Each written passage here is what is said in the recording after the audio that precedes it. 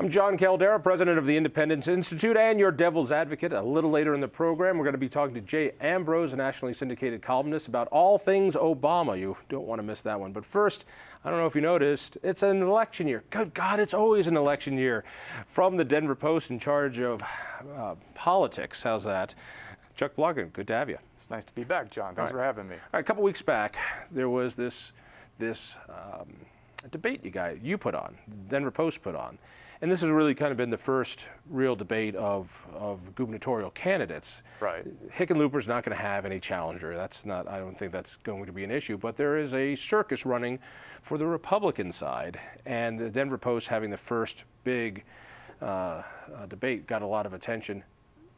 Let's talk about who wasn't there first. You got two guys who decided not to come. Absolutely. Why? Well, Tom Tancredo began by saying he didn't want to form a circular firing squad.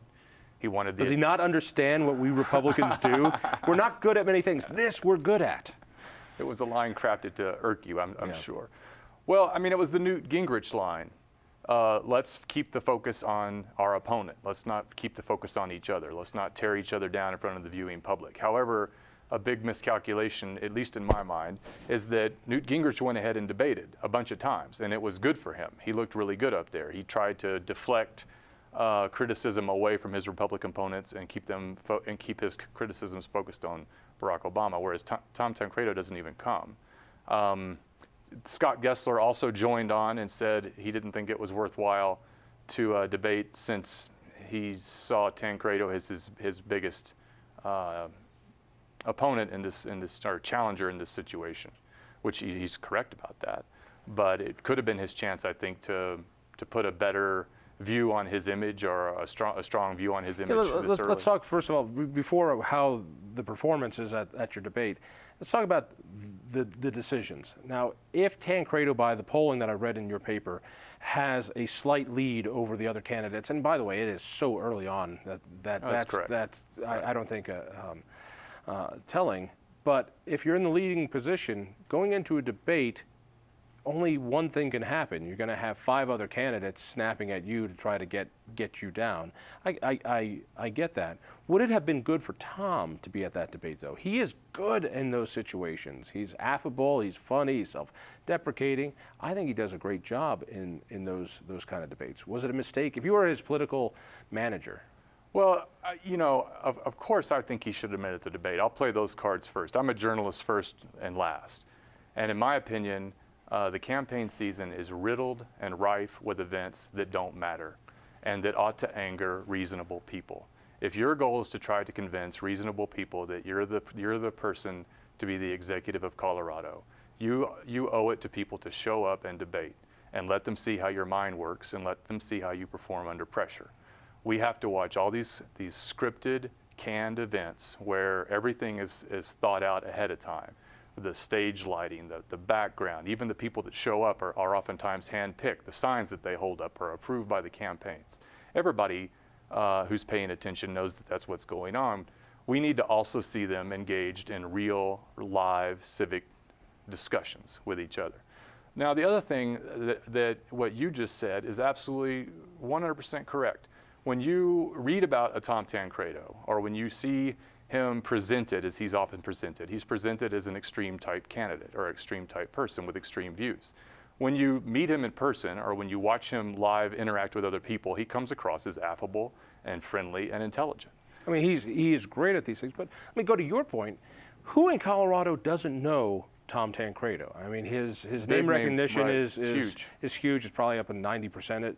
And people, I think, have a sense of what his priorities are, who he is. Would we learn that much more about Tom Tancredo?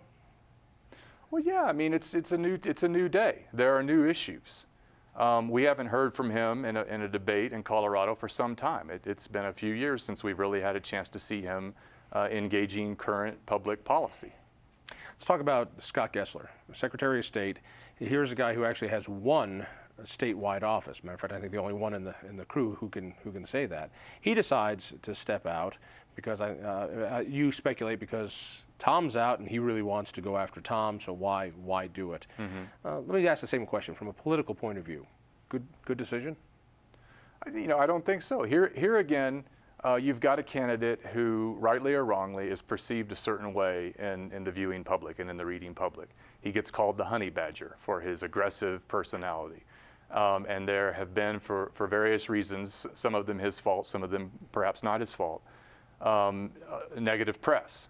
This is a chance for him to come forward and show that he's a reasonable guy, that he's a highly intelligent individual, and that he is running a statewide office, and he is doing things. He could tout various things that he's done while he's been the secretary, that he could say that were good for Colorado, good for voters, and what have you. Now, certainly, people would challenge him on those kinds of points because they do. There are things that he's done regarding how voter rolls are purged and what have you that draw criticism. But it is a chance for him to break out and show himself in a way that a more middle-of-the-road, undecided type person, not swayed by politics. Let me do the other side of this. All right. I think your debate might have had maybe the same audience as this show, which means our mothers might have watched it, and somebody who fell and can't get up, but was had it streaming someplace. So this is not a huge debate. This is not like a presidential debate. These debates, and especially at the Denver Post building, it's not like it was a largely Republican crowd there. I mean, it wasn't a big audience. It wasn't the most important debate. Sorry to tell you.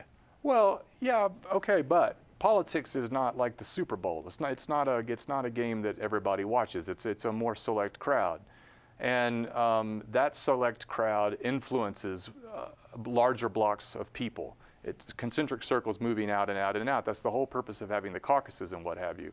If you can convince people who are very hardcore, dedicated folks in your race that you're a reasonable and serious person and electable, then they're going to like that, and they're going to spread that out to other folks. All right, let's talk about the game itself. You were there. How did the remaining, 4 candidates do? Were there any big distinctions among them? You had self-proclaimed businessman Steve House. You had State Senator Brophy. You had Mike Kopp, a former state senator. And you had, I'm blanking out, help me out. Jason Clark. Jason Clark, who an independent, newly Republican. He ran in 2010 as an unaffiliated candidate and garnered 0.48% of the vote. What did he run for? Governor? Governor, yeah. Governor. All right. He's a passionate guy. He went to West Point, which he'll tell you that right away, and he did in the debate 3 or 4 or 5 times. And more power to him, but he so far doesn't have a lot of momentum behind him. He was impressive in one way, though, John, that we spent a lot of time talking about in the newsroom. He's made some early gaffes, and when our reporter Lynn Bartles asked him if those gaffes made him look like he wasn't an electable figure, that he wasn't a serious candidate, it had to do with calling people names on Facebook. Pretty hostile characterizations of folks who didn't have jobs, for example, or who feared for their lives in a gun attack. He owned it right away, and he said, yes, I'm a passionate guy, I make mistakes, and I apologize for them. This is something which is refreshing. This is something that always happens on the Republican side. And I know Jason, he's a good guy, Yeah. and very passionate and very effective.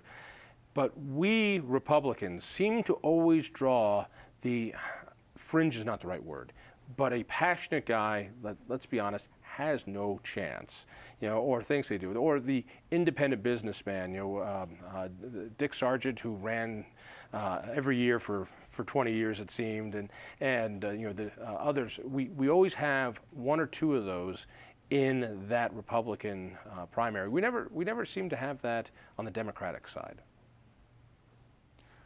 Well, Democrats don't tend to run against each other in Colorado. Why is that? What's the difference? Maybe it's like a secret handshake type of thing, that they agree to follow certain rules that the Republicans just won't do. Let's remind people of the history. A pro-life Catholic Democrat, Bill Ritter, has no primary challenger, and the Republicans have Beaupre and Holtzman just killing each other until there's nothing left. The next one, we have Hickenlooper, no primary. And we, of course, had the Dan Mays, Scott McGinnis, Josh Penry fiasco that almost made the Republicans a minority party. We garnered 11% of the vote that year. I mean, we're good at this. We know what we're doing here when it comes to that firing squad. All right, tell me, we're going to run out of time. Tell me about the other candidates. Let's start off with Brophy.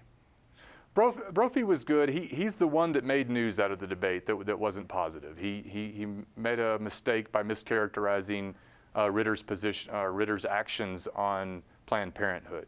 He said that it was receiving state funding to perform abortions when in fact it is not. So that dinged him after the debate. During the debate, he was actually pretty good though. He was affable. He made some good points. He uses props well.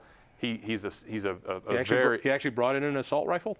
No, but he brought in a 20-round magazine to show that the size of a 20-round magazine, in his estimation, isn't very threatening. He made sure not to bring a 30-round, which is legal in other parts of the state, but not in Denver. And he's a very passionate cyclist, and so he brought his tried and true one of them, a water bottle that had axle grease on it and stuff like that. So it reminded everyone that he was and he would say, I'm electable even though I'm conservative because I would appeal to a broader demographic. I drive a Prius. I'm a farmer. I'm a cyclist. Yada. Couple minutes left. Steve House, a businessman with no voting record. Steve House did a very fine job at that debate. He answered the questions directly and intelligently and succinctly. You felt there was no spin. He managed to do it all exactly within the allotted amount of time, so he didn't look like he was rambling. I guess the problem with Steve House is that you're supposed to always remember that self-funders traditionally do not do well, and so far his money has come largely from a $100,000 loan that he gave his campaign. From himself. Yeah, correct. Wish I had that ability. All right, and then former Senator Mike Kopp. He also had a good night. He's a little bit more low-key. He comes across as also reasonable and trustworthy in that way. I don't know that he had a moment where he shone in any particular way, but he didn't do himself any harm. And that's the other thing, going back to your earlier question, wasn't it dangerous to step into the fray? These were respectful individuals on this night. It was not a hostile debate, at least in terms of the candidates towards each other. It's also the beginning of the campaign. It's really easy to do the kumbaya, we're not going to have dirty politics. Well, we always have dirty politics, and with campaign finance reforms, candidates are no longer in control of their own campaigns. You can only give a candidate $400 who's running for governor, but I can give as much as I want to an independent expenditure committee or a 527 to do the really ugly stuff. So it's easy to be polite now. All right, who won? You were there. Don't give me that. Who won? If it was a boxing match and you had a score, who won? We tried to come up with that afterwards to see if we wanted to. I'm not asking we. I'm asking you. You did the scoring. Who won in your I think the Denver card? Post won. No. Oh, good God. Don't you become the politician. After all these years, the one person I could depend upon not to be a politician. Come on. Who won? We made news. Who the video won? worked. The Which live stream candidate functioned. won the debate out of the four? You know who lost? Tom Tancredo and Scott Gessler lost. You are such a politician pansy. You answer questions that are not asked. Do not call me that. You are You're a politician upset me. pansy. You know how much that hurts. Who won? You were scoring it last time. Remember, as a reporter, have you ever had a guy who wouldn't answer a question? Okay, I'll answer it. I'll answer it. There you go. I think based on the conversations that I've had and in my own personal just watching the whole thing unfold, that Steve House had a really great night. Good to hear. Thank you. Stay tuned. You're going to love this.